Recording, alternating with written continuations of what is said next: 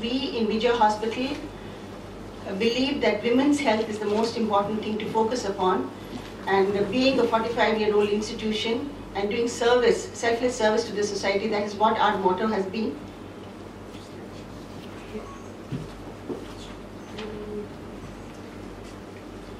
That is what our motto has been. So we are conducting a lot of master health checks in our hospital, and our gynecology department also insists on doing smears for the ladies.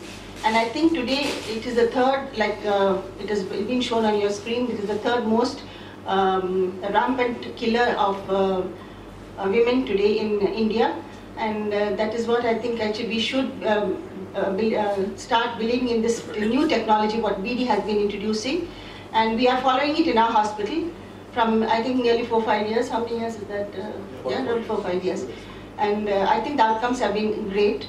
And I congratulate the company for this, and I hope we continue. I hope all the hospitals introduce this system. Thank you.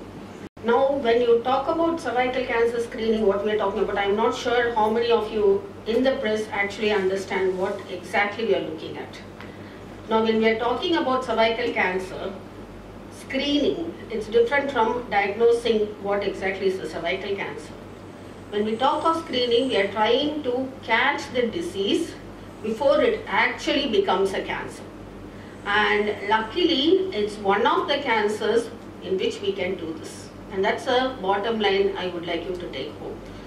Because what happens is, when a woman develops cervical cancer, before she develops cervical cancer, there is a huge pre-cancer stage, which can vary from 3 to 10 years.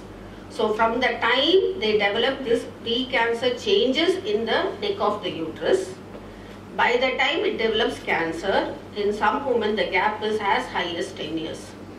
So if we catch this pre-cancer changes, that is what the screening is all about.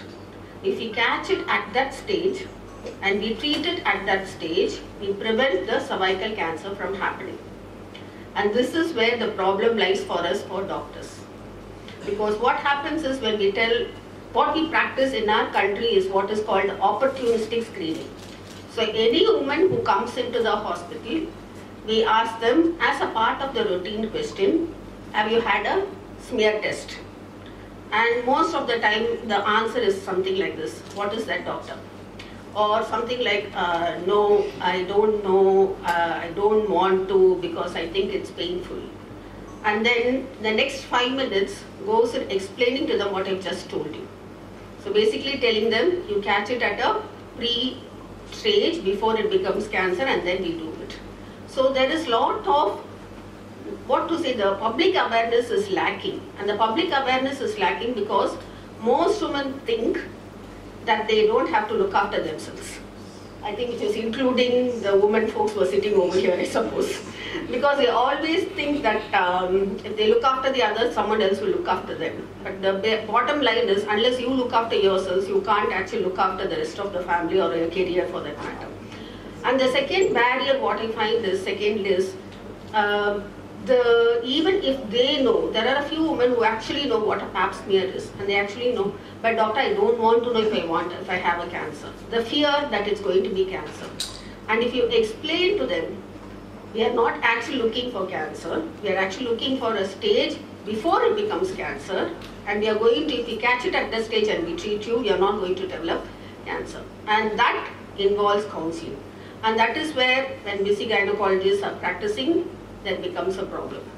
So from the media point of view, if that awareness is raised, that they have to go for screening at regular intervals to catch the pre-cancer stage before it becomes cancer, that is where the awareness will come up.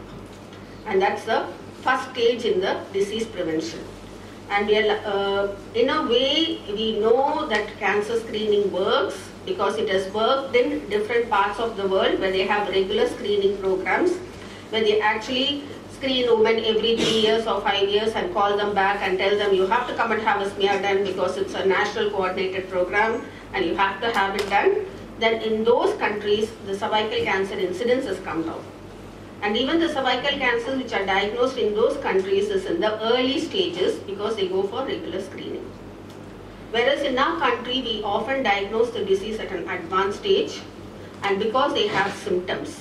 It's only when they have symptoms they usually come to the hospital. And also most often the women don't come to the hospital even if they have symptoms because they think it will get sorted out on its own. And our next target audience apart from media is usually for me are the school teachers and bank employees. So whenever they come to my clinic, I sit down and talk with them for 5 minutes because they are the best ambassadors. Because the teachers actually sit in the staff room and talk a lot among themselves about their health problem, and that is a common scenario.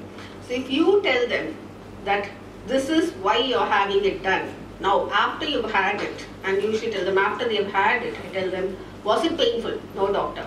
Was it uncomfortable? No doctor. Subscribe to Walgan Television. Please subscribe Walgan Television.